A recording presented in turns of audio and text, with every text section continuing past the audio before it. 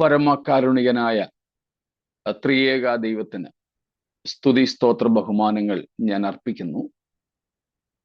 ഇതുവരെ നമ്മുടെ യോഗത്തിന് നേതൃത്വം വഹിച്ചുകൊണ്ടിരുന്ന കർത്താവിന്റെ ദാസന്മാർ, ഞാൻ ബാബു അങ്കിളിനെ മാത്രമേ കണ്ടുള്ളൂ, കേട്ടുള്ളൂ. അവസാന നിമിഷങ്ങൾ അതിന് ബാബു അങ്കിൾ, മറ്റ് കർത്താവിന്റെ ദാസന്മാർ, വിവിധ ഇടങ്ങളിൽ നിന്നും തിരുവചന പഠനത്തിനായി ചേർന്ന് വന്നിരിക്കുന്ന ദൈവജനം, നിങ്ങളെ എല്ലാവരെയും ഓർത്ത് ദൈവത്തിന് ഞാൻ സ്തോത്രം ചെയ്യുകയും നിങ്ങൾ ഏവർക്കും ക്രിസ്തീയ അഭിവാദനങ്ങൾ അർപ്പിക്കുകയും ചെയ്യുന്നു. ദൈവം നല്ലവൻ, അവന്റെ ദയ എന്നേക്കും ഉള്ളത്.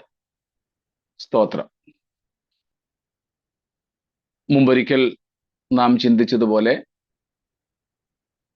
ദൈവത്തിന്റെ സ്വഭാവം എന്ന നിലയിൽ ദൈവത്തിന്റെ ദയ എന്നേക്കും ഉള്ളതാണ്. എന്നാൽ ഓരോ വ്യക്തിയോടുമുള്ള ബന്ധത്തിൽ ആ ദയയ്ക്ക് പരിധികളുണ്ട്. എന്നാൽ നമ്മോടുള്ള ദൈവത്തിന്റെ ദയ ഇതുവരെ തീർന്നു പോകാതെ അത് രാവിലെ തോറും പുതിയതാക്കി നമ്മെ നമ്മുടെ പാപങ്ങൾക്കൊത്തവണ്ണം ശിക്ഷിച്ച് നാം മുടിഞ്ഞു പോകുവാൻ അനുവദിക്കാതെ ഇന്നയോളം കാത്ത കരുണയുടെ ആധിക്യത്തിനായി ഞാൻ കർത്താവിനെ വാഴ്ത്തുന്നു, ദൈവത്തെ സ്തുതിക്കുന്നു. ദൈവം തിരുവെഴുത്തുകൾ പഠിക്കുവാൻ നമുക്ക് തരുന്ന വിലപ്പെട്ട അവസരങ്ങൾക്കായി വീണ്ടും ദൈവത്തെ വാഴ്ത്തുകയും സ്തുതിക്കുകയും ചെയ്യുകയാണ്. നമ്മൾ ഇന്നലെ പഠിച്ചു തുടങ്ങിയ വേദഭാഗത്തേക്ക് നമ്മുടെ ശ്രദ്ധയെ കൊണ്ടുവരാം.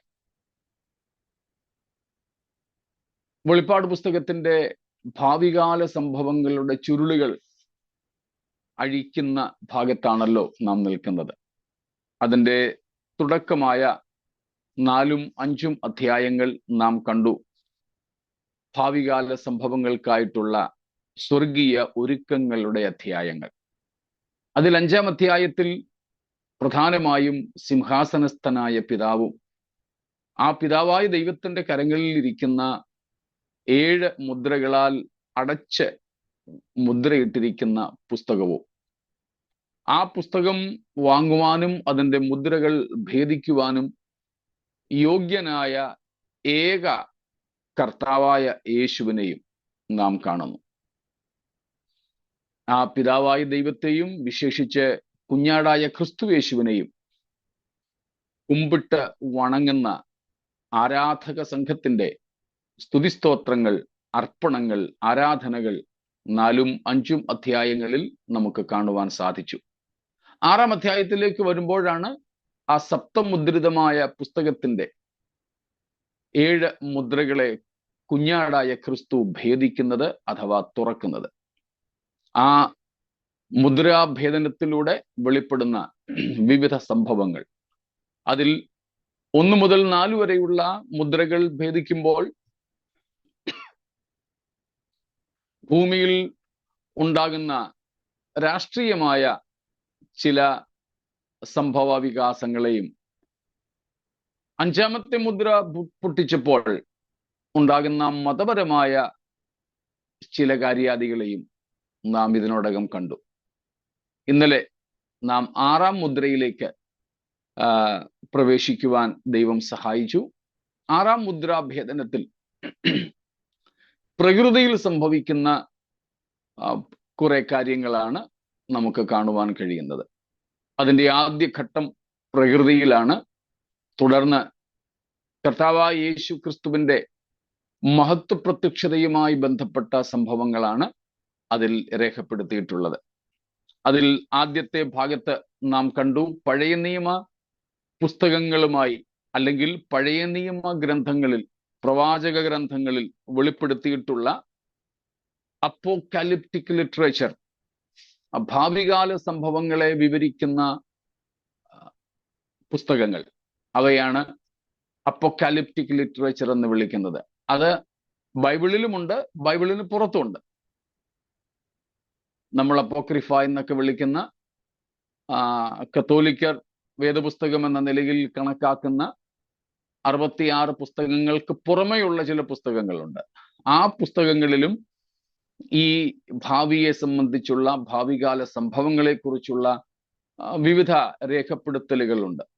നിങ്ങൾക്ക് കഴിയുമെങ്കിൽ കിട്ടുന്നെങ്കിൽ അപ്പോക്രിഫ പുസ്തകങ്ങൾ വായിക്കുന്നതിൽ തെറ്റില്ല കേട്ടോ. ദൈവശ്വാസീയമായ ദൈവവചനമായി അതിനെ കൈക്കൊള്ളരുതെന്ന് മാത്രമേ ഉള്ളൂ.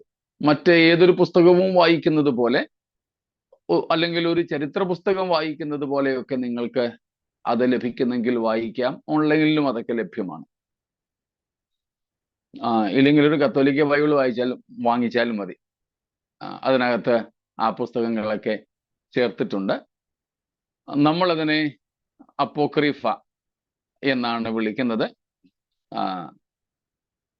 ആധികാരികമായ ദൈവശ്വാസീയമായ തിരുവെഴുത്തുകളായി നാം അതിനെ കാണുന്നില്ല. അതിനെ ആ കാലങ്ങളിലെ എഴുത്തുകൾ, റൈറ്റിങ്സ് എന്ന നിലയിൽ കാണുന്നതിൽ തെറ്റൊന്നുമില്ല. നമ്മൾ മറ്റനേകം പുസ്തകങ്ങൾ വായിക്കാറുണ്ടല്ലോ, ന്യൂസ് പേപ്പറുകൾ വായിക്കാറുണ്ടല്ലോ, അതുപോലെ. അപ്പോൾ അവയിലുമൊക്കെ ഈ ഭാവിയെ സംബന്ധിക്കുന്ന പല കാര്യങ്ങളുമുണ്ട്. അതിൽ ചിലതൊക്കെ ബൈബിളിലെ പല വാക്യങ്ങളോടും ഒത്തുനിൽക്കുന്നതാണ്. അപ്പോക്രിഫയുടെ ആകമാനമായ ഉപദേശം നമ്മുടെ ബൈബിളിന്റെ ഉപദേശത്തോട് യോജിക്കാത്തതായിട്ടുണ്ട്. അതുകൊണ്ടാണ് പ്രധാനമായും നാം അതിനെ സ്വീകരിക്കാത്തത്.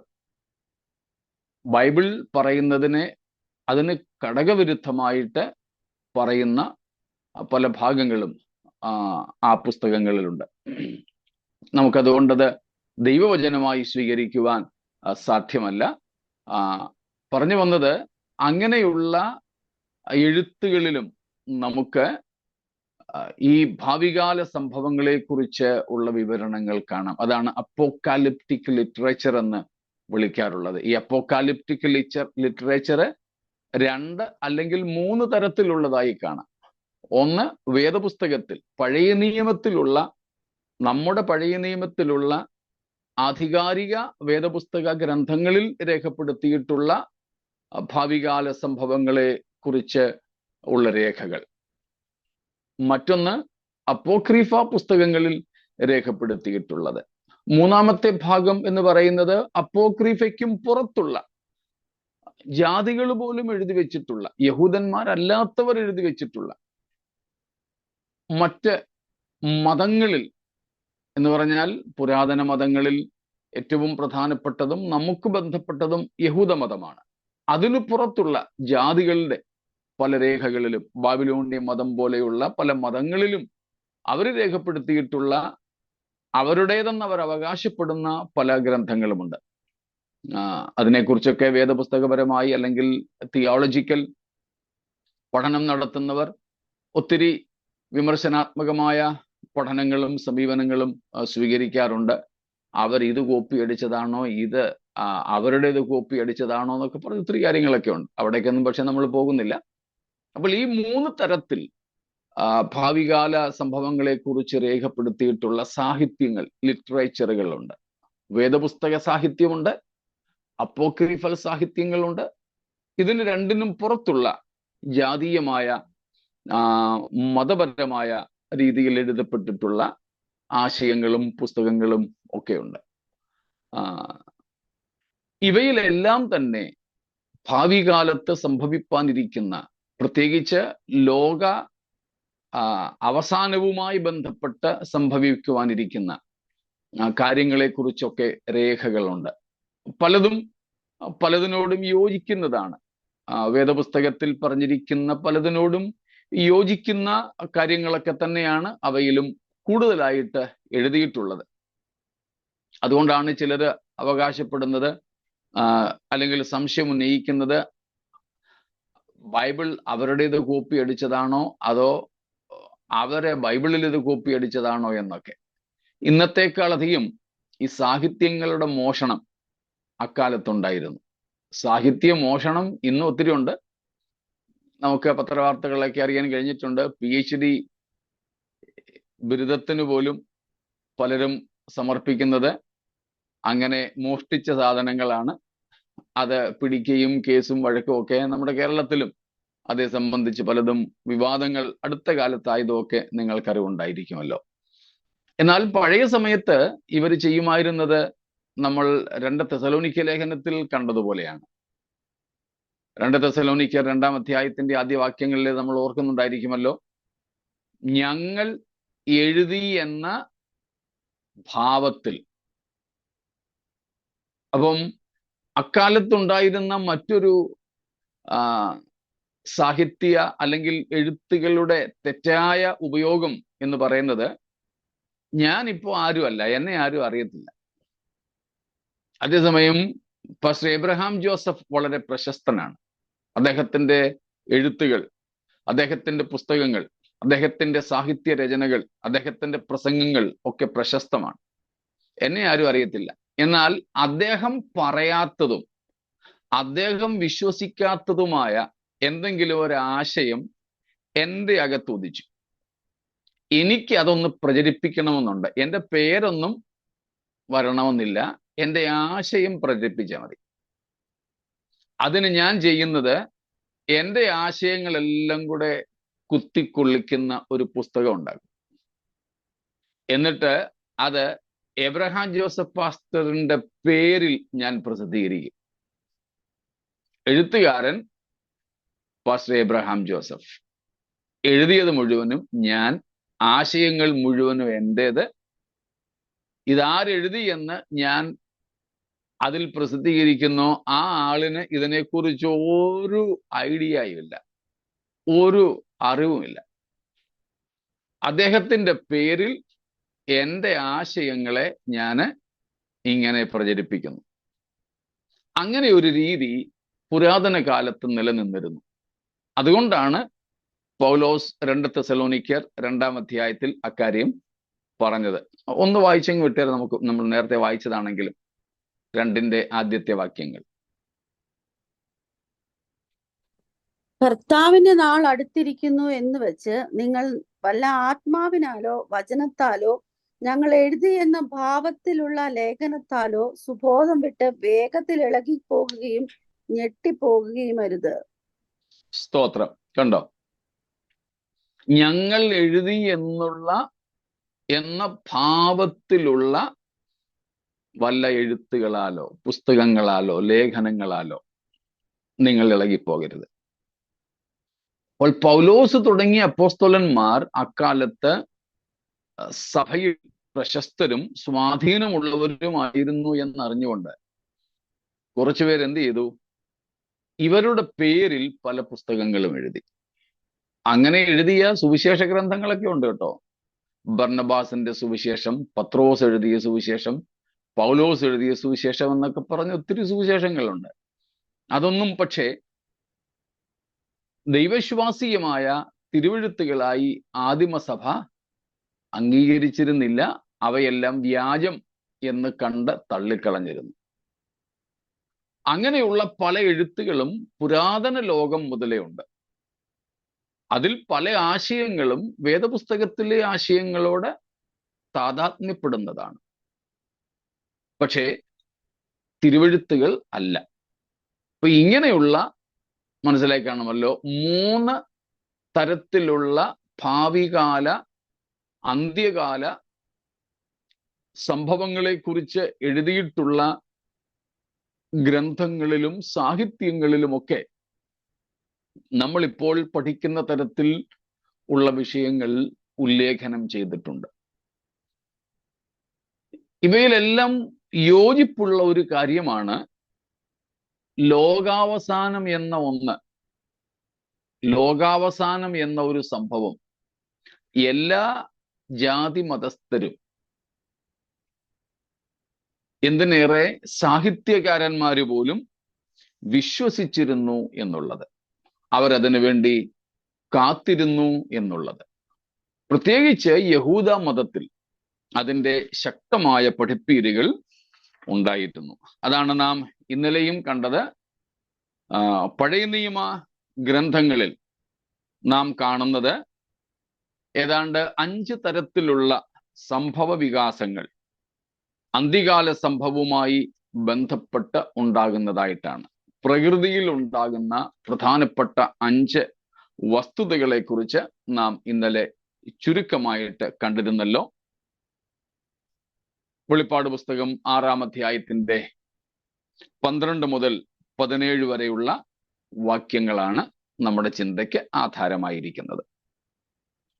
അതിൽ നമ്മൾ കണ്ട 5 കാര്യങ്ങളാണ്: ഭൂകമ്പം, സൂര്യചന്ദ്രന്മാർ ഇരുണ്ടു പോകുന്നത് അല്ലെങ്കിൽ പ്രവർത്തന ക്ഷമം അല്ലാതെയാകുന്നത്, മൂന്നാമത് നക്ഷത്രങ്ങളുടെ വീഴ്ച, 4 ആകാശം ചുരുണ്ട് മാറിപ്പോകുന്നത്, 5 ഭൂമിയിൽ തന്നെ മലകൾ, കുന്നുകൾ ഇവയൊക്കെ മാറിപ്പോകുന്നത്, സ്ഥാനഭ്രംശം സംഭവിക്കുന്നത്.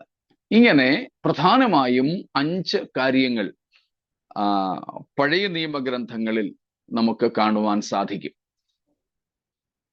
അതിൻ്റെ സൂചനകൾ നമുക്ക് വളരെ ചുരുക്കമായി തന്നെ പുതിയ നിയമത്തിലും കാണുവാൻ കഴിയുന്നുണ്ട്. അവയൊക്കെ ഒറ്റ വാക്കിൽ അപ്പോസ്തലന്മാർ നമ്മുടെ മുൻപിൽ അവതരിപ്പിച്ചിട്ടുണ്ട്.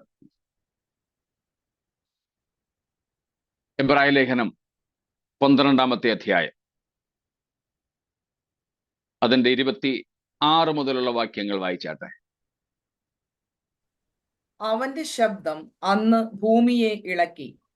ഇപ്പോഴോ ഞാൻ ഇനി ഒരിക്കൽ ഭൂമിയെ മാത്രമല്ല ആകാശത്തെയും ഇളക്കും എന്ന് അവൻ വാഗ്ദത്തം ചെയ്തു. ഇനി ഒരിക്കൽ എന്നത് ഇളക്കമില്ലാത്തത് നിലനിൽക്കേണ്ടതിന് നിർമ്മിതമായ ഇളക്കമുള്ളതിന് മാറ്റം വരുമെന്ന് സൂചിപ്പിക്കുന്നു. അടുത്ത വാക്യം കൂടെ. ആകയാൽ ഇളകാത്ത രാജ്യം പ്രാപിക്കുന്നത് കൊണ്ട് നാം നന്ദിയുള്ളവരായി ദൈവത്തിന് പ്രസാദം വരുമാറ് ഭക്തിയോടും ഭയത്തോടും കൂടെ സേവ ചെയ്യുക. നമ്മുടെ ദൈവം ദഹിപ്പിക്കുന്ന അഗ്നിയല്ലോ. സ്തോത്രം.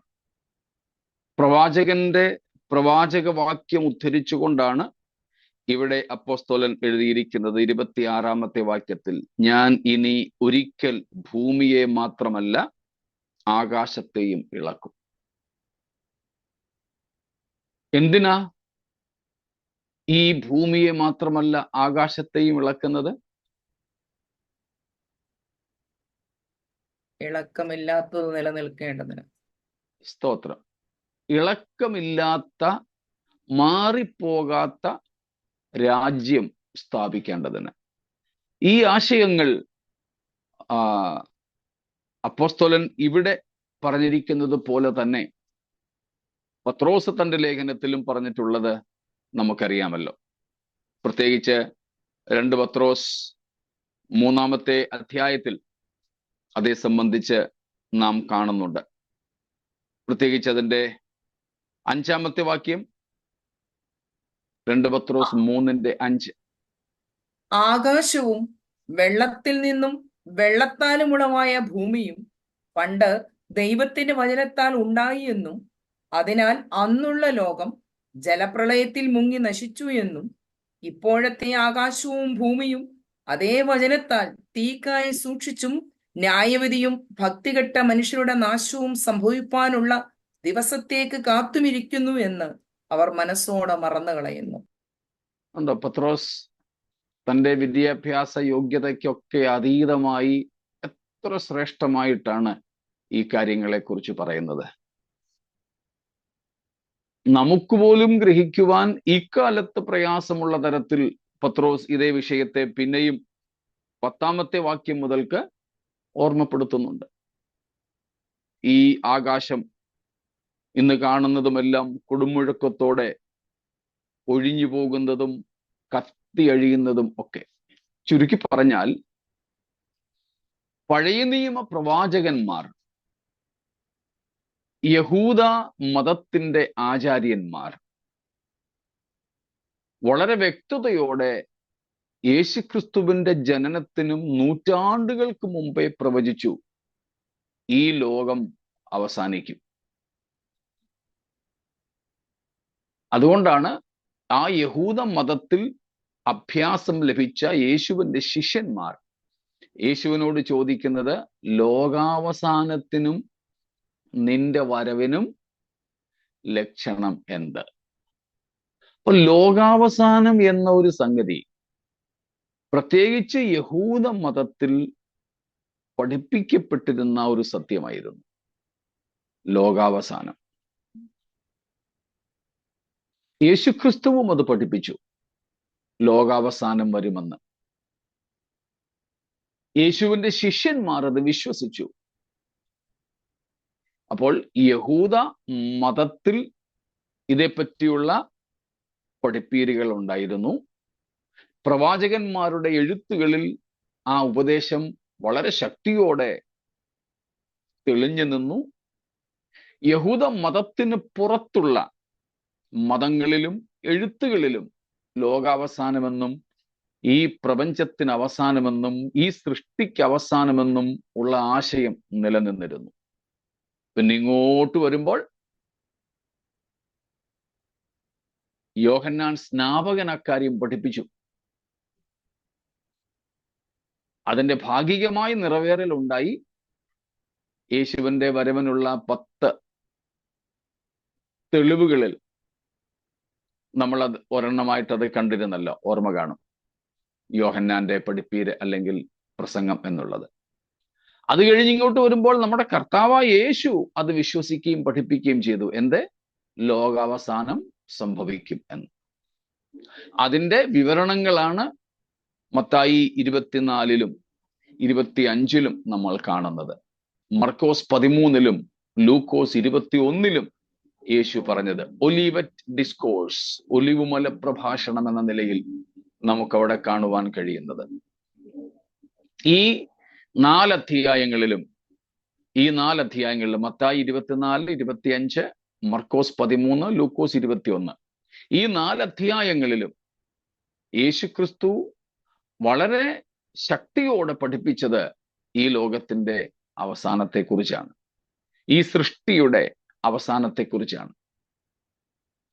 അതിൻ്റെ വളരെ ചുരുക്കെഴുത്താണ് ഗിരിപ്രഭാഷണത്തിൽ യേശു കർത്താവ് പറഞ്ഞത്. ആകാശവും ഭൂമിയും ഒഴിഞ്ഞു പോകും, ആകാശവും ഭൂമിയും ഒഴിഞ്ഞു പോകും, എന്നാൽ ദൈവത്തിന്റെ വചനം എന്നേക്കും നിലനിൽക്കും. അതിലെ വള്ളിക്കും പുള്ളിക്കും വ്യത്യാസമില്ല. അപ്പോൾ യേശുക്രിസ്തുവും ക്രിസ്തുവിന്റെ ശിഷ്യന്മാരും അഥവാ അപ്പോസ്തലന്മാരും എന്ത് വിശ്വസിച്ചിരുന്നു? ലോകാവസാനത്തെക്കുറിച്ച്, ഈ പ്രപഞ്ച അവസാനത്തെക്കുറിച്ച്. സ്തോത്രം. പത്രോസ് അതേപ്പറ്റി പറഞ്ഞിരിക്കുന്നു, പണ്ട് ലോകം ഉളവായത് ദൈവത്തിന്റെ വചനത്താലാണ്. ദൈവം കൽപ്പിച്ചു, അങ്ങനെ സംഭവിച്ചു. ഉണ്ടാകട്ടെ എന്ന് പറഞ്ഞപ്പോൾ ഉണ്ടായി വന്നതാണ് ഇന്ന് കാണുന്ന സകല ചരാചരങ്ങളും. സ്തോത്രം. ദൃശ്യവും അദൃശ്യവുമായ മുഴു ബ്രഹ്മാണ്ടവും അഖിലാണ്ടവും ദൈവത്തിന്റെ വചനത്താൽ ഉളവായി. അതേ വചനത്താൽ പുരാതന ലോകത്തെ ദൈവം നശിപ്പിച്ചു. പത്രോസ് 3:5 മുതൽ നമ്മൾ അതാണ് വായിച്ചത്. 2 പത്രോസ് 3:5 മുതൽ വായിച്ചത് അതാണ്, പുരാതന ലോകത്തെ. അത് ഏത് പുരാതന ലോകമാണെന്ന് നമ്മൾ നേരത്തെ പഠിച്ചിട്ടുണ്ട്. ദൈവം തൻ്റെ വചനത്താൽ ജലപ്രളയം കൊണ്ട് നശിപ്പിച്ച പുരാതന ലോകം ഓർമ്മ കാണുമല്ലോ.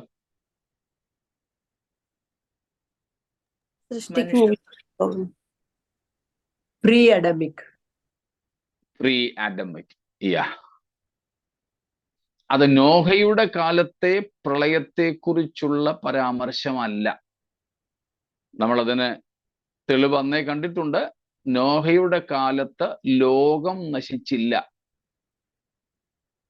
ഭൂമിയിലുള്ള ചരാചരങ്ങളിൽ മനുഷ്യൻ ഉൾപ്പെടെ ചിലരെ നശിപ്പിച്ചതേയുള്ളൂ. ഒരു സ്പീഷീസിനും ഒരു ജീവിവർഗത്തിനും നാശമുണ്ടായില്ല നോഹയുടെ പ്രളയ സമയത്ത്. മനുഷ്യർ മരിച്ചെങ്കിലും മനുഷ്യജാതി ഇല്ലാതെയായില്ല.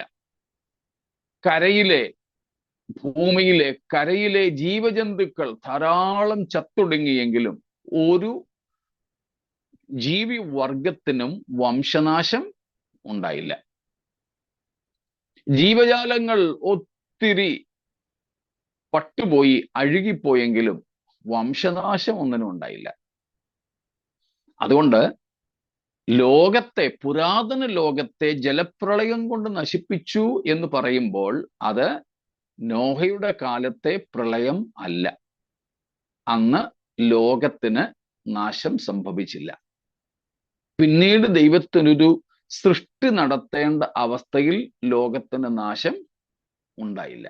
അതുകൊണ്ട് 2 പത്രോസ് 3:5 മുതൽ പറയുന്ന പുരാതന ലോകം, വെള്ളത്താൽ നശിച്ചുപോയ ലോകം, പ്രളയത്താൽ ദൈവം നശിപ്പിച്ച ലോകം നോഹയുടെ കാലത്തെ ലോകമല്ല. അതിനെയാണ് നാം പ്രീ ആഡമിക് വേൾഡ് എന്ന് നേരത്തെ തന്നെ പഠിച്ചിട്ടുള്ളത്. ആദാമിനെ സൃഷ്ടിക്കുന്നതിന് മുമ്പ് 6 ദിവസത്തെ, ഉൽപ്പത്തി പുസ്തകത്തിൽ കാണുന്ന 6 ദിവസത്തെ സൃഷ്ടി ദൈവം നടത്തുന്നതിനും മുമ്പ് ഉണ്ടായിരുന്ന ഒരു ലോകം. അതിനെക്കുറിച്ച് വലിയ വെളിച്ചമൊന്നും ബൈബിൾ നമുക്ക് തരുന്നില്ല. അത് നമ്മൾ അറിയേണ്ടതായ വലിയ ആവശ്യവുമില്ല. ആവർത്തിച്ചു പറയുന്നു, ആവർത്തന പുസ്തകം 29 അവസാനത്തെ വാക്യം, മറഞ്ഞിരിക്കുന്ന കാര്യങ്ങൾ നമ്മുടെ ദൈവമായ യഹോവയ്ക്കുള്ളവയാകുന്നു. കർത്താവ് ആ പുരാതന ലോകത്തെ പറ്റിയുള്ള മറ്റു കാര്യങ്ങൾ നമ്മിൽ നിന്നും മറച്ചു വെച്ചിരിക്കുന്നു. നമ്മൾ അറിയേണ്ടതായിട്ട് ദൈവം അത് ആഗ്രഹിച്ചില്ല, ആഗ്രഹിക്കുന്നില്ല.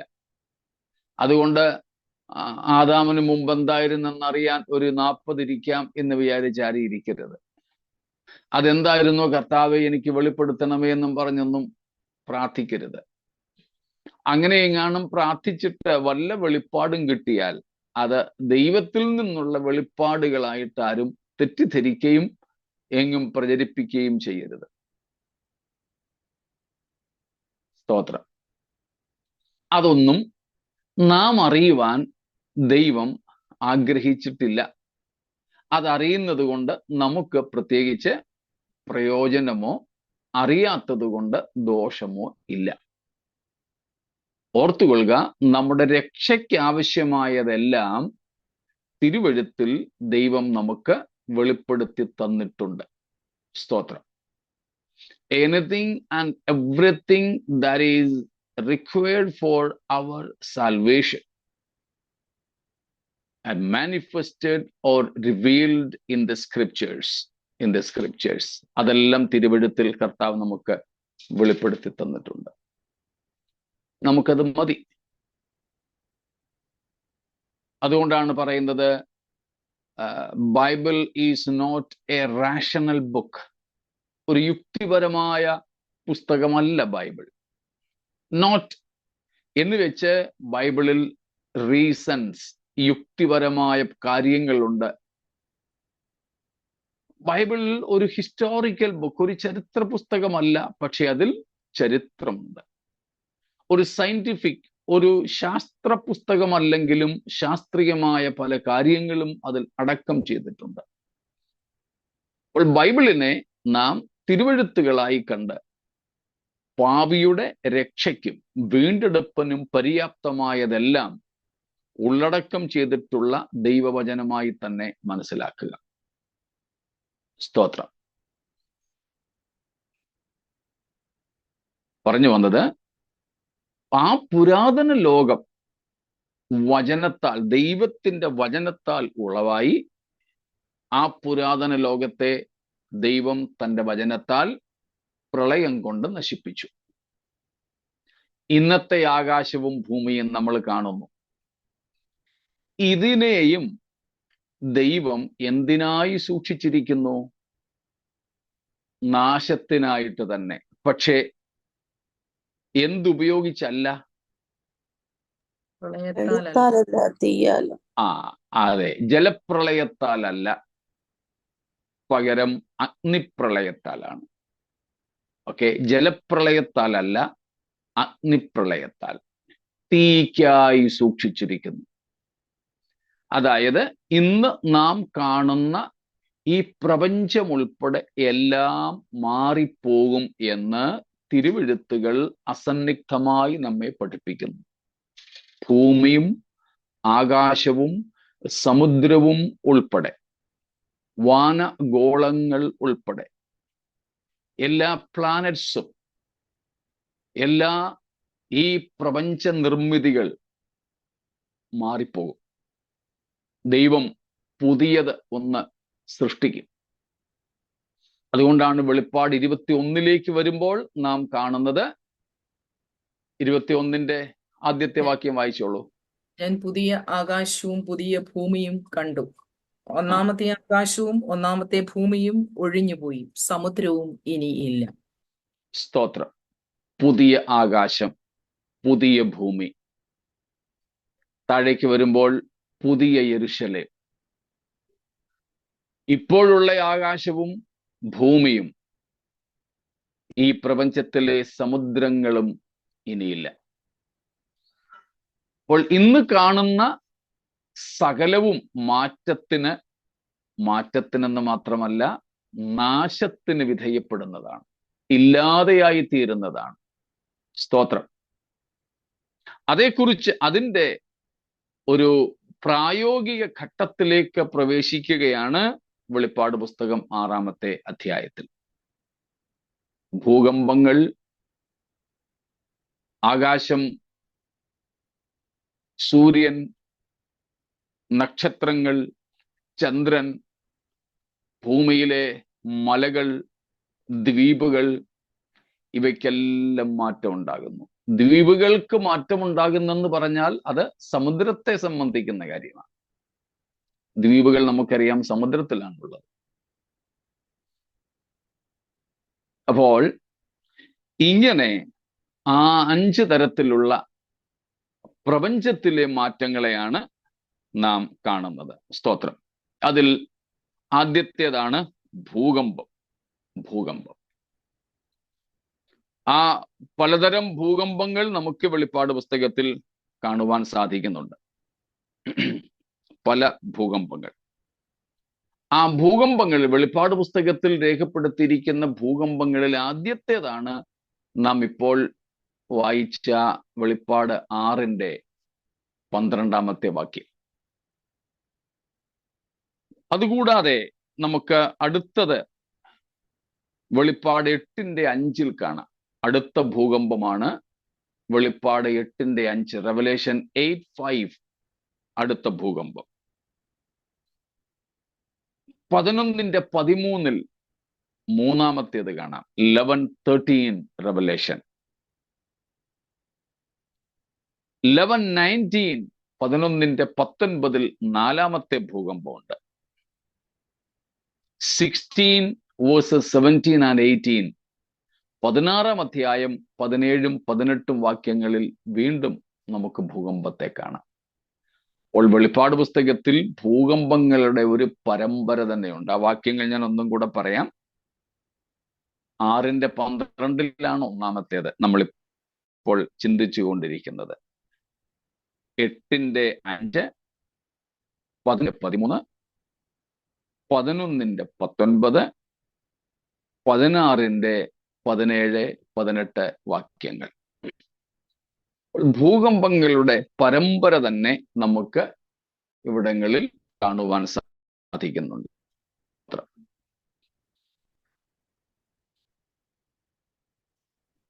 നമുക്ക് ഇതേ സംബന്ധിച്ചുള്ള പ്രവചനങ്ങൾ പഴയ നിയമത്തിൽ കാണാം. ആമോസ് പ്രവചനം, യെശയ്യാ പ്രവചനം തുടങ്ങിയുള്ള പ്രവചന പുസ്തകങ്ങളിൽ പ്രവാചകന്മാർ ഈ കാര്യം അസന്നിഗ്ധമായി നമ്മെ ഓർമ്മപ്പെടുത്തുന്നു. ആമോസ് പ്രവചനം 8-ന്റെ 8 ഒന്ന് നോക്കിക്കോളൂ. 8 verse 8 ആമോസ്.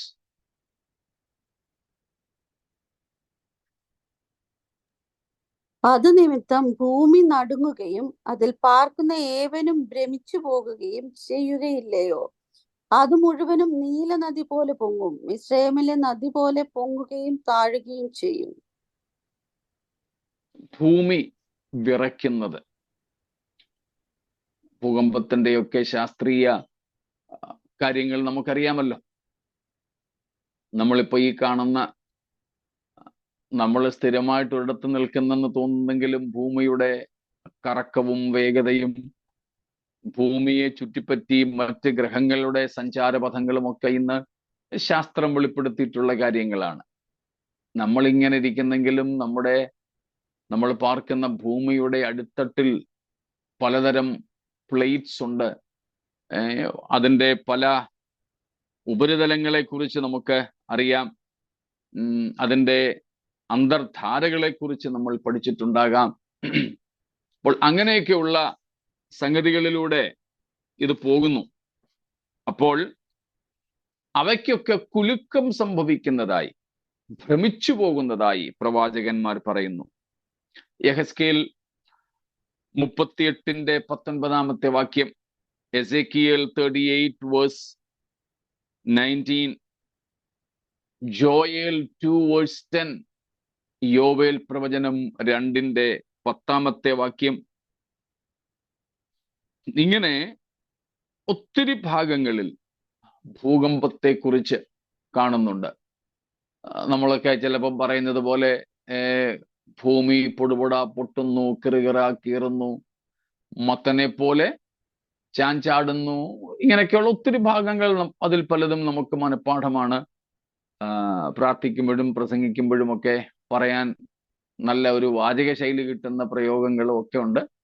ഇതെല്ലാം കൂടെ വെച്ചിട്ട് പറഞ്ഞാൽ പഴയ നിയമം വളരെ വ്യക്തതയോടെ ഭൂകമ്പങ്ങളെ കുറിച്ച് പറയുന്നു. അതായത് ഭൂമിയുടെ അടിസ്ഥാനങ്ങൾ ഇളകിപ്പോകുന്നത്. അതാണ് നാം മുമ്പേ എബ്രായർ 12 വായിച്ചത്. സ്തോത്രം. ഞാൻ ഇനി ഒരിക്കൽ ഭൂമിയെ മാത്രമല്ല ആകാശത്തെയും. അപ്പോൾ ആകാശ ഭൂമികളെ, സമുദ്രങ്ങളെ ഒക്കെ ദൈവം ഇളക്കുന്നതായി, ഇവയുടെ എല്ലാം അടിസ്ഥാനങ്ങൾ കുലുങ്ങിപ്പോകുന്നതായി നാം പഠിക്കുന്നു. സ്തോത്രം. ഇതുപോലെ മുമ്പ് ഞാൻ പറഞ്ഞ അപ്പോക്രിഫ പുസ്തകങ്ങളിലൊക്കെ ഇനിയും വ്യക്തതയോടെ പലതും എഴുതിയിട്ടുണ്ട്. ഏതായാലും ഭൂകമ്പങ്ങളെ കുറിച്ചുള്ള രേഖകൾ തിരുവെഴുത്തുകളിൽ ധാരാളമുണ്ട്.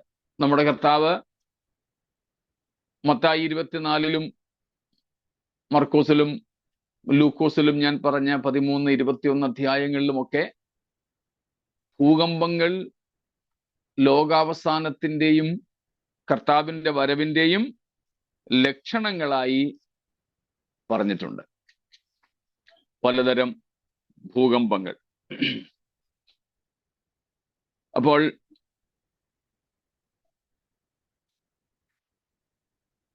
ഇവിടെയും അവിടെയുമൊക്കെ ഭൂകമ്പങ്ങൾ സംഭവിക്കുമ്പോൾ നാം അതിനെ എന്തായിട്ട് കണ്ടാൽ മതി? അന്ത്യകാല ലക്ഷണങ്ങളിൽ, അതിൻ്റെ ഈറ്റുനോവിൻ്റെ ആരംഭമായിട്ട് കണ്ടാൽ മതി. ഇനിയും അവസാനം അടുക്കും തോറും ഭൂകമ്പങ്ങൾ വർദ്ധിച്ചു കൊണ്ടേയിരിക്കും. അതിന് പല കാരണങ്ങൾ ഉണ്ടാകാം, ശാസ്ത്രീയമായ പല കാരണങ്ങൾ. നമ്മുടെ നാട്ടിലും ഇന്ന് പലയിടങ്ങളിലും ഭൂകമ്പങ്ങൾ ഉണ്ടാകുന്നു. ഈ കഴിഞ്ഞിടയ്ക്കും തൃശ്ശൂരായിരുന്നു തോന്നല്ലോ, തുടർമാനമായ ഭൂകമ്പങ്ങൾ ഉണ്ടായി, തുടർ ചലനങ്ങൾ ഉണ്ടായി. അങ്ങനെ പല സ്ഥലങ്ങളിലും സുനാമിയൊക്കെ അതിൻ്റെ ഒരു വലിയ രൂപഭേദമായിട്ട് നമുക്ക് പഠിക്കാൻ, മനസ്സിലാക്കാൻ സാധിച്ചിട്ടുണ്ട്. ഏതായാലും ഭൂകമ്പങ്ങൾ, അതേപ്പറ്റിയുള്ള പ്രവചനങ്ങളാണ് നാം പഴയ നിയമത്തിൽ കാണുന്നത്. അത് ഇവിടെ ഇതാ 6-ാം മുദ്രാഭേദനത്തിൽ സംഭവിക്കുന്നു. സ്തോത്രം. രണ്ടാമത്തേത് സൂര്യചന്ദ്രന്മാരുടെ മാറ്റമാണ്. സൂര്യൻ അസ്തമിക്കുന്നത് നമുക്കറിയാം. ഒരുപക്ഷെ കോടിക്കണക്കിന് വർഷങ്ങളായി സൂര്യൻ ജ്വലിച്ചുകൊണ്ട് നിൽക്കുകയാണ്. ശാസ്ത്രം അങ്ങനെയാ പറയുന്നത്. ആയിക്കോട്ടെ, അത് വേദപുസ്തക ഉപദേശത്തിന് തെറ്റൊന്നുമല്ല.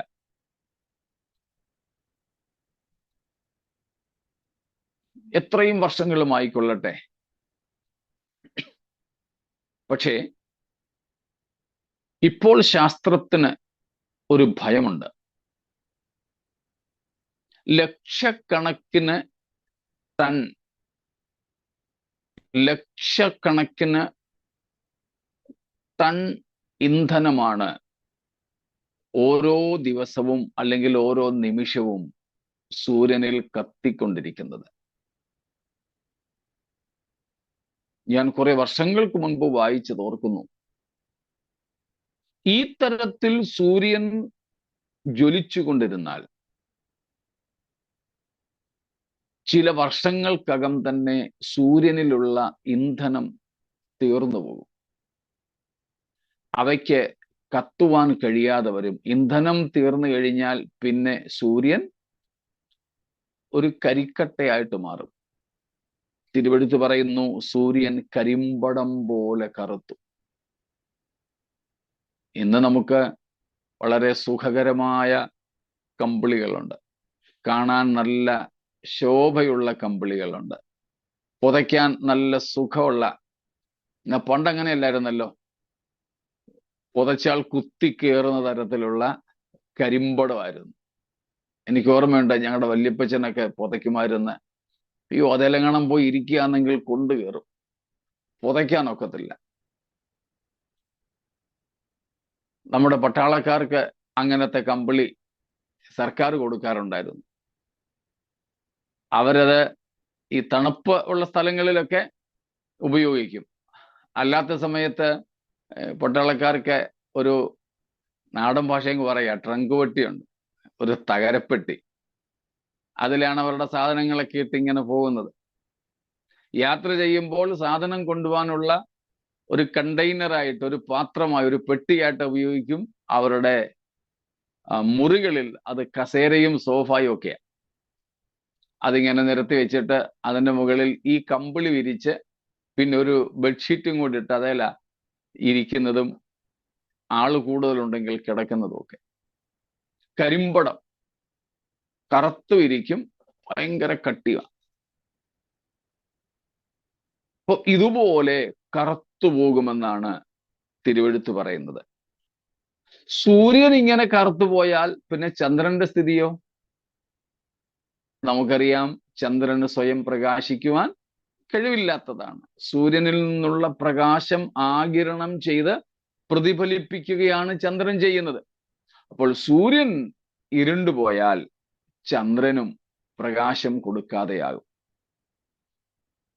അതേപ്പറ്റി തിരുവെഴുത്തുകൾ നമ്മെ പഠിപ്പിക്കുന്നുണ്ട്.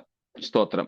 ആമോസ് തന്നെ നമ്മളിപ്പോൾ വായിച്ച 8:8 എന്താണ്? നട്ടുച്ചയ്ക്ക് ഇരുട്ടുണ്ടാവും, ഉച്ച സമയത്ത് ഇരുട്ടായിത്തീരുന്നു. യെശയ്യാ 13:13 എന്ന് വായിച്ചോളൂ. ഐശയ്യാ 13:13.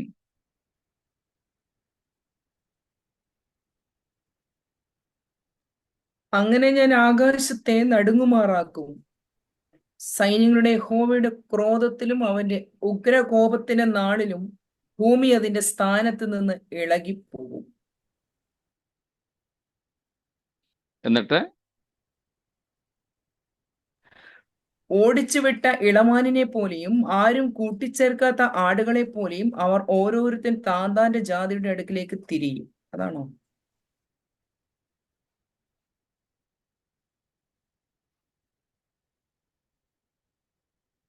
അൻപതിന്റെ 3 കൂടെ.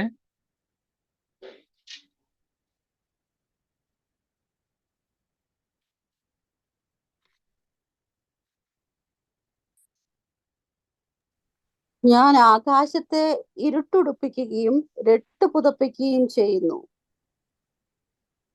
സ്തോത്രം.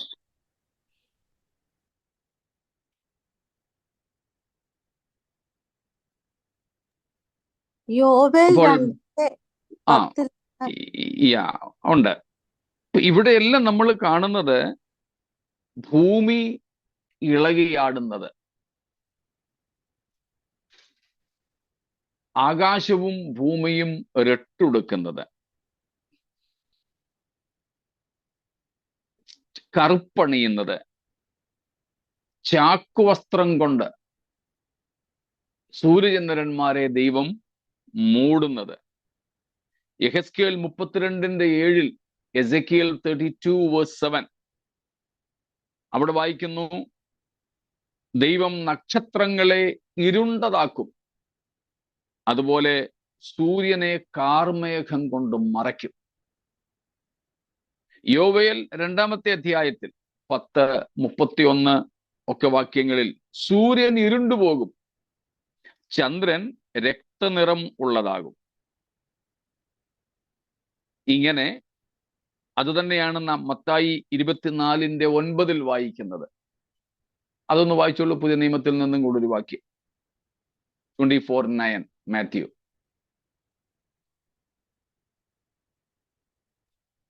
അന്ന് അവർ നിങ്ങളെ ഉപദ്രവത്തിന് ഏൽപ്പിക്കില്ലേ?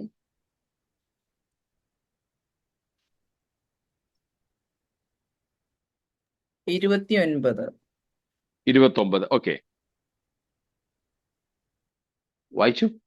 ആ കാലത്തിലെ കഷ്ടം കഴിഞ്ഞ ഉടനെ സൂര്യൻ ഇരുണ്ടുപോകും, ചന്ദ്രൻ പ്രകാശം കൊടുക്കാതെ ഇരിക്കും, നക്ഷത്രങ്ങൾ ആകാശത്തു നിന്ന് വീഴും, ആകാശത്തിലെ ശക്തികൾ ഇളകിപ്പോകും.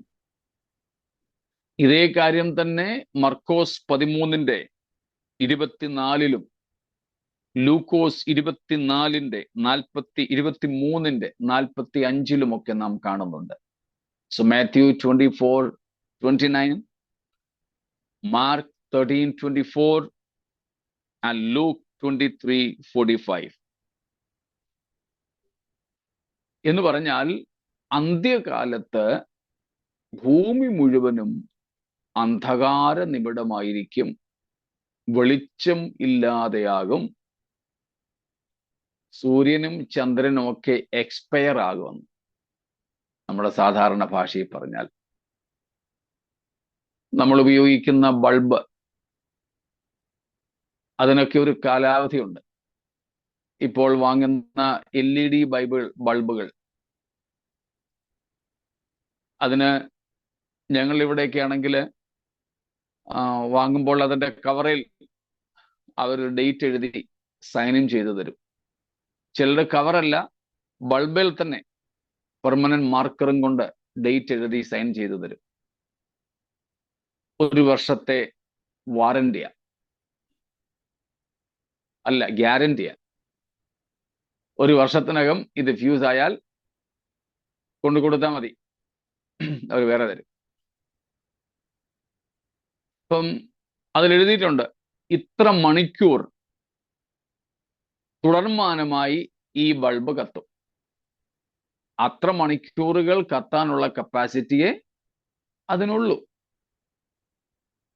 നമ്മളൊക്കെ ഉപയോഗിക്കുന്ന മൊബൈലിന്റെ ബാറ്ററി, കമ്പ്യൂട്ടറിന്റെ ബാറ്ററി, നമ്മൾ ഉപയോഗിക്കുന്ന വാഹനങ്ങളുടെ ഓരോ പാർട്സ്,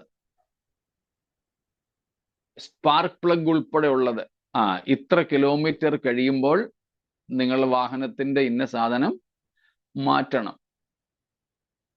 നമ്മുടെ വണ്ടിയുടെ ടയർ തന്നെ ഇത്ര കിലോമീറ്ററേ ഓടുവാൻ അതിന് കപ്പാസിറ്റി ഉള്ളൂ, അല്ലെങ്കിൽ ഇത്ര വർഷം. നമ്മൾ അതുകൊണ്ട് സർവീസിങ്ങിനൊക്കെ കൊണ്ടുപോകുമ്പോൾ അവർ പറയുന്നത് ഒന്നുകിൽ 6 മാസം അല്ലെങ്കിൽ ഇത്ര കിലോമീറ്റർ. നമ്മൾ വണ്ടിയിൽ ഒഴിക്കുന്ന ഓയിലിന്റെ കാലാവധി. അപ്പൊ ഇതിനെല്ലാത്തിനും ഒരു കാലപരിധിയുണ്ട്. കാലപരിധി നമ്മുടെ ശരീരത്തിന് പോലും ഉണ്ടല്ലോ. നമ്മുടെ തലച്ചോറിനും നമ്മുടെ ഹൃദയത്തിനും കിഡ്നിക്കും ലങ്സിനും ഒക്കെ ഉൾപ്പെടെ കപ്പാസിറ്റി ഇല്ലേ. പിന്നെ ചിലതൊക്കെ എക്സംഷണൽ കേസുകളായിട്ട് കുറച്ചും കൂടെ ഓടുന്നേ ഉള്ളൂ. ഇല്ലെങ്കിൽ നിർമ്മാതാവ് തന്നിട്ടുള്ള വാറണ്ടി പീരീഡിനകത്ത് വെച്ച് അത് തീരും. നമ്മുടെ ഏതെങ്കിലും വീട്ടുപകരണത്തിനോ നമ്മുടെ വാഹനത്തിനോ ആനുവൽ മെയിൻ്റനൻസ് സ്കീം തന്നെ എടുക്കാൻ വേണ്ടിയിട്ട് പോവുകയാണെങ്കിൽ ഇത്ര വർഷം കഴിഞ്ഞതിന് ഇല്ല. ഇൻഷുറൻസ് എടുക്കാറുണ്ടല്ലോ. ഇൻഷുറൻസ് കൊച്ചു പിള്ളേർക്കൊക്കെ ആണെങ്കിൽ എളുപ്പം കിട്ടും. ഇച്ചിരി പ്രായമായാലോ കമ്പനിക്കാർ ഇൻഷുർ ചെയ്യത്തില്ല നമ്മളെ. പിന്നെ കാരണം കപ്പാസിറ്റി വാറണ്ടി തീരാറായതാ. വാറണ്ടി തീരാറായ സാധനത്തിന് ഇൻഷുറൻസ് ഇല്ല. ഇതേ സംഗതി തന്നെയാണ് ഈ സൂര്യചന്ദ്ര നക്ഷത്രാദികൾക്ക് ദൈവം ഇവയെ നിർമ്മിച്ചാക്കിയപ്പോൾ ഇവയ്ക്കൊക്കെ ഒരു കാലപരിധി നിശ്ചയിച്ചു. അതെത്രയാണെന്ന് നമുക്കറിയില്ല. മുമ്പേ പറഞ്ഞതുപോലെ മറഞ്ഞിരിക്കുന്ന കാര്യങ്ങൾ നമ്മുടെ ദൈവമായ യഹോവയ്ക്കുള്ളതാണ്. ആ കർത്താവേ, സൂര്യൻ എത്ര വർഷം അങ്ങ് നിശ്ചയിച്ചത്, അതിന്റെ എക്സ്പയറി എന്നാന്ന് ചോദിച്ചുകൊണ്ട് ഉപവസിച്ചാലൊന്നും തമ്പുരാൻ നമുക്ക് വെളിപ്പെടുത്തി തരില്ല. പിന്നെ വെളിവുകേടുകളായിട്ട് പലർക്കും ചിലതൊക്കെ വെളിപ്പെട്ട് കിട്ടാറുണ്ട്. അത് ആകപ്പാടെ ഗുലുമാലാക്കുന്ന സംഗതികളേ ഉള്ളൂ. അങ്ങനെയുള്ളതിലേക്ക് നമ്മൾ പോകരുത്. അപ്പൊ പറഞ്ഞു വന്നത്, സൂര്യചന്ദ്രന്മാരും അല്ലെങ്കിൽ ആകാശഗോളങ്ങളും ഭൂമി ഉൾപ്പെടെയുള്ള പ്രപഞ്ചം, അഖിലാണ്ടം, ഈ ബ്രഹ്മാണ്ടം, ഇതിലെ ഓരോ ഗ്രഹവും നിയമിക്കപ്പെട്ട നാളുകളുടെ അവസാന സമയത്തേക്ക് ഓടിയെത്തിക്കൊണ്ടിരിക്കുക. അവസാന ലാപ്പിൽ ഓടുകയാണ് ഇതെല്ലാം. നമ്മളിപ്പോ കാണുന്നുണ്ടല്ലോ ആഗോളതാപനം, സൂര്യന്റെ ചൂടിന്റെ വർധനവ്, ഓസോൺ പാളി പൊളിയുന്നത്. ഇതെല്ലാം ഈ എക്സ്പയറി ആയതുകൊണ്ട് തീർക്കുക. നമ്മുടെ കേരളത്തിലെ ഭാഷയിൽ പറഞ്ഞാൽ സ്ലോട്ടർ വെട്ടുക. ഇപ്പം റബ്ബർ ഉള്ളവർക്കൊക്കെ അറിയാം. റബ്ബർ തൈ നട്ട് 5 വർഷം അല്ലെങ്കിൽ 7 വർഷം കഴിയുമ്പോൾ തൊട്ട് വെട്ടു തുടങ്ങും. ഒരു ചാല് മാത്രമേ വെട്ടത്തുള്ളൂ. എന്നാൽ ഇതങ്ങ് പ്രായമായി കഴിയുമ്പം ഇനിയിപ്പം അതിനകത്ത് പ്രത്യേകിച്ച് നിർത്തിയിട്ട് കാര്യമൊന്നുമില്ല, ഭൂമി പാഴാക്കത്തതേ ഉള്ളൂ എന്ന് വരുമ്പം അവര് ഇതെല്ലാം കൂടെ അങ്ങ് വിൽക്കും. വിറ്റാ പിന്നെ ഒത്തിരി ചാനല് വെട്ടി ഉള്ള പാല് മുഴുവനും ഊറ്റും. അതിന് റബ്ബറിന്റെ ഭാഷയിൽ പറയുന്ന പേരാണ് സ്ലോട്ടർ വെട്ടുക. ഈ മരം വെട്ടാറാകുമ്പം മരത്തിന്റെ ഒക്കുന്നിടത്തുനിന്നെല്ലാം പാൽ ഊറ്റിയെടുക്കുന്ന ഒരു പരിപാടിയാ. പാല് മുഴുവനും ഊറ്റിക്കഴിഞ്ഞിട്ട് പിന്നെ മരം വെട്ടി തീക്ക് വേണ്ടി കൊടുക്കുക, അല്ലെ തീപ്പെട്ടി ഉണ്ടാക്കാൻ കൊടുക്കുമെന്ന് തോന്നുന്നു. ഇതുപോലെ ഈ പ്രപഞ്ചത്തിലെ മുഴുവൻ ഗോളങ്ങളെയും സ്ലോട്ടർ വെട്ടുക ഇപ്പം. അതുകൊണ്ടായി ചൂട് കൂടുതലും കാലാവസ്ഥയുടെ വ്യതിയാനങ്ങളും ഒക്കെ സംഭവിക്കുന്നത്. ഇതൊന്നും കണ്ട് നമ്മൾ ഭയപ്പെടണ്ട. അന്റാർട്ടിക്കയിൽ മഞ്ഞുരുകിക്കൊള്ളട്ടെ, ഏത് ലേസിയറും ഉരുകി സമുദ്രത്തിൽ പോകട്ടെ, ഏത് സമുദ്രത്തിലും ഫ്ലഡ്, വെള്ളപ്പൊക്കം ഉണ്ടാകട്ടെ, ഇപ്പോൾ കാണുന്ന ഏത് ദ്വീപും വെള്ളത്തിനടിയിലാകട്ടെ, ഇതുവരെ വെള്ളത്തിനടിയിൽ കിടക്കുന്ന ദ്വീപുകൾ പൊങ്ങി വരട്ടെ, ഇതൊക്കെ സംഭവിക്കാൻ പോവുകയാണ്. പക്ഷെ ഇതൊന്നും കണ്ട് ദൈവജനത്തിന് ആശങ്കപ്പെടേണ്ടതില്ല. കാരണം ഇതെല്ലാം സംഭവിക്കും മുമ്പേ നമ്മുടെ ആത്മമണവാളൻ മേഘങ്ങളിൽ വരികയും തന്റെ സഭയെ തന്റെ അടുക്കലേക്ക് ചേർത്തുകൊള്ളുകയും ചെയ്യും. അപ്പോൾ സൂര്യചന്ദ്രന്മാർ ഈ നിലയിൽ പ്രകാശം തരാതെ കരിമ്പടം പോലെ കറക്കുകയും രക്തതുല്യമായി തീരുകയും ചെയ്യും. നക്ഷത്രങ്ങൾ, മൂന്നാമത്തേതാണ് നക്ഷത്രങ്ങൾ നിലംപൊത്തും. നക്ഷത്രങ്ങളുടെ വീഴ്ച, അതും യഹൂദനെ സംബന്ധിച്ച് ഈ സൂര്യനും ചന്ദ്രനും നക്ഷത്രങ്ങളുമൊക്കെ ദൈവീക വിശ്വസ്തതയുടെ തെളിവുകളായിരുന്നു. സ്തോത്രം. സമയാസമയത്ത് പെയ്യുന്ന മഴ, കൃത്യമായ സമയത്തുണ്ടാകുന്ന കാലാവസ്ഥ, ഇതെല്ലാം ദൈവത്തിന് ഇസ്രായേൽ ജനത്തോടുള്ള വിശ്വസ്തതയുടെ അടയാളങ്ങളായിരുന്നു. എന്നാൽ ഇവയെല്ലാം മാറുന്നു എന്ന് പറയുന്നത് ഇസ്രായേലിനെ സംബന്ധിച്ച് ഏറെ ഭയാനകമായ കാര്യമാണ്. യെശയ്യാ 34 വാക്യത്തിൽ,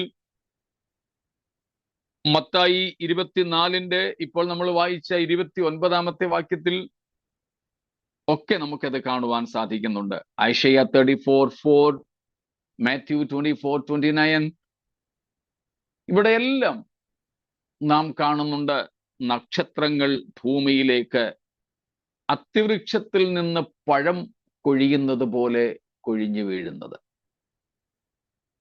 സുസ്ഥിരമെന്ന് കരുതുന്ന പ്രപഞ്ചത്തിനുണ്ടാകുന്ന മാറ്റം. സ്തോത്രം. കാരണം നമുക്കറിയാം, ഇവയെല്ലാം ദൈവത്തിന്റെ വചനത്താൽ ഉളവാകുകയും വചനത്താൽ നിലനിൽക്കുകയുമാണ്. ഭൂമിക്ക് ഒരു തൂണില്ല.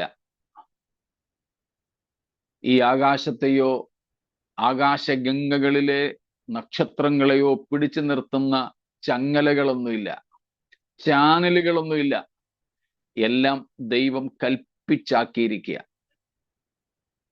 ഇനി ഒരിക്കൽ കൽപ്പിച്ചാൽ അവയുടെ മുഴുവൻ ഭ്രമണപഥങ്ങളും മാറും. ഇന്ന് തന്നെ നമുക്കറിയാം ഉൽക്കകൾ വീഴുന്നത്. അപ്പോൾ നക്ഷത്രങ്ങൾ പോകുന്നു. ഒടുവിൽ നാം കാണുന്നത് ആകാശം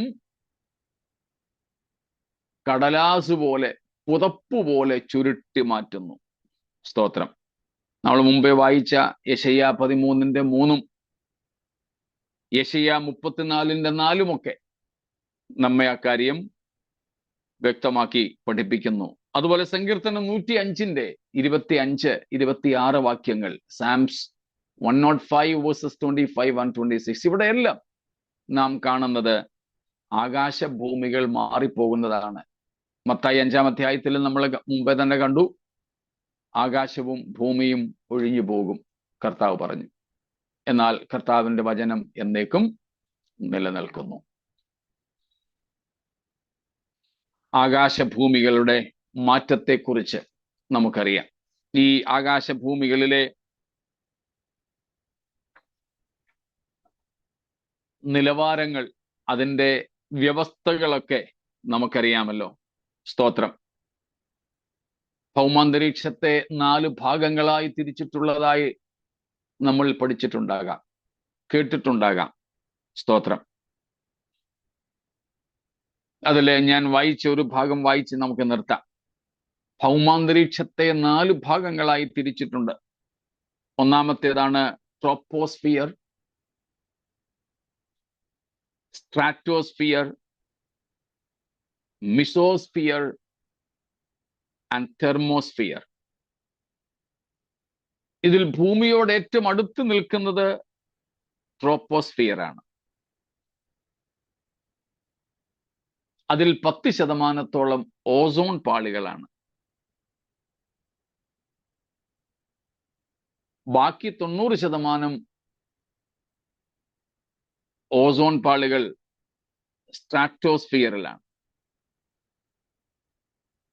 ഭൂമിക്ക് ഒരു പുതപ്പായി നിൽക്കുന്നത് ഈ ഓസോൺ പാളിയാണെന്ന് നമുക്കറിയാം.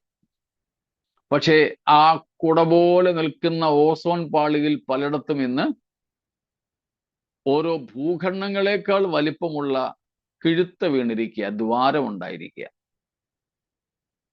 അത് റിപ്പയർ ചെയ്യാൻ ഒത്തിരി കാര്യങ്ങളൊക്കെ ലോകം ചെയ്യുന്നുണ്ട്. പിന്നെ ദൈവം ഉണ്ടാക്കിയ ഈ കൊടയിൽ കിഴുത്ത വീണാൽ മനുഷ്യൻ എന്തോ തുന്നിച്ചേർക്കാനാ? ഇത് മാറിപ്പോകും, അവ നശിച്ചു പോകും. അത് നിമിത്തമാണ് സൂര്യനിൽ നിന്ന് അപകടകരമായ, വിനാശകരമായ അൾട്രാവയലറ്റ് കിരണങ്ങൾ നേരിട്ട് വരുന്നത്. നമ്മുടെ കേരളത്തിലൊന്നും ഒരിക്കലും കേട്ടുകേൾവിയില്ലാത്ത സൂര്യാഘാതമൊക്കെ നമുക്കിപ്പം പരിചിതമാണ്.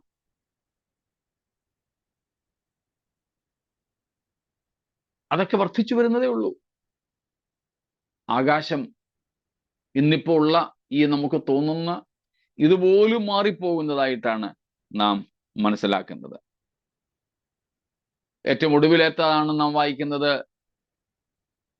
മലകളും കുന്നുകളും ദ്വീപുകളും പോലും തലസ്ഥാനത്ത് നിന്ന് മാറിപ്പോകും.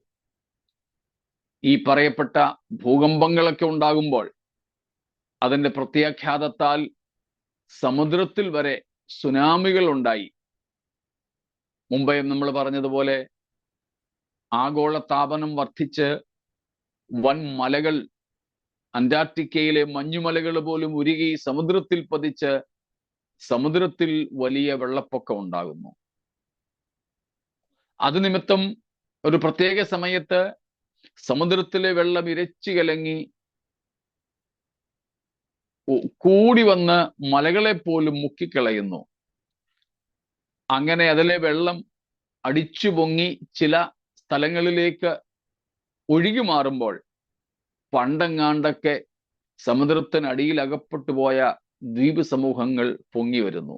അപ്പോൾ ഇന്ന് കാണുന്ന പല തീരദേശ നഗരങ്ങളും ഉൾപ്പെടെ വെള്ളത്തിനടിയിലാകും. അത് ശാസ്ത്രലോകത്തെ ഭയപ്പെടുത്തുന്ന ഒരു കാര്യമാണ്. ഇന്ന് സമുദ്രത്തിനകത്തിറങ്ങി റിസോർട്ടുകളൊക്കെ പണിത് ടൂറിസ്റ്റുകളെ ആകർഷിക്കുന്ന ടൂറിസം പല രാജ്യങ്ങളും ചെയ്യുന്നുണ്ട്. പക്ഷേ എത്രയും പെട്ടെന്ന് അമ്പരചിമ്പുകളായ കെട്ടിടങ്ങൾ പോലും വെള്ളത്തിനടിയിലാകും, നഗരങ്ങൾ വെള്ളത്തിനടിയിലാകും.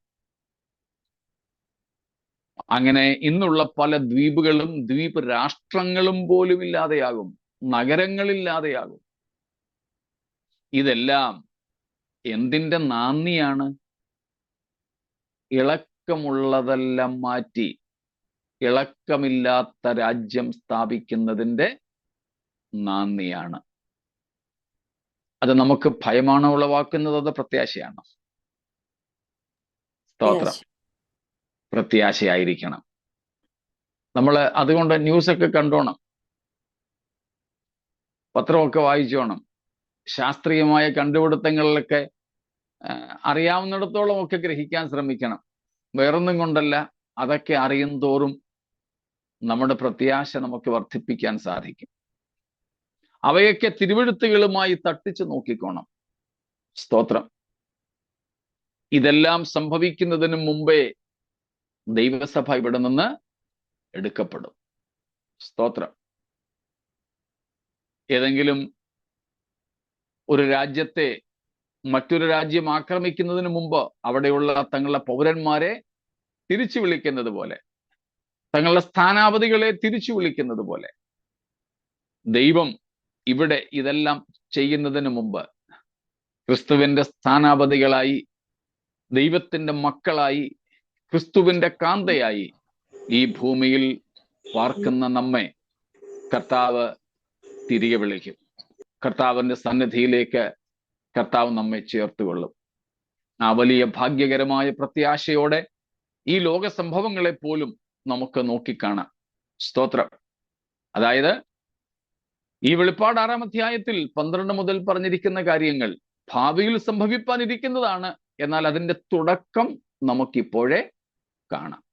ഇതിൻ്റെ പൂർണ്ണ അളവിൽ നാം ഇവിടെ നിന്നും പോയ ശേഷമേ സംഭവിക്കൂ. എന്നാൽ അതിൻ്റെ തുടക്കം ഇപ്പോഴേ കണ്ടു തുടങ്ങുന്നു. അത് നമ്മുടെ പ്രത്യാശയെ വർദ്ധിപ്പിക്കുന്നതും ഇത് സംഭവിക്കും മുമ്പേ കർത്താവ് വരും എന്ന തിരിച്ചറിവോടെ കർത്താവിനായിട്ട് ഒരുങ്ങുന്നതുമായിരിക്കട്ടെ. ആയതിനായി നമുക്ക് നമ്മെ തന്നെ സമർപ്പിക്കാം. ദൈവമായ കർത്താവ് നമ്മെ ഈ വചനങ്ങളാൽ അനുഗ്രഹിക്കുമാറാകട്ടെ. സ്തോത്രം.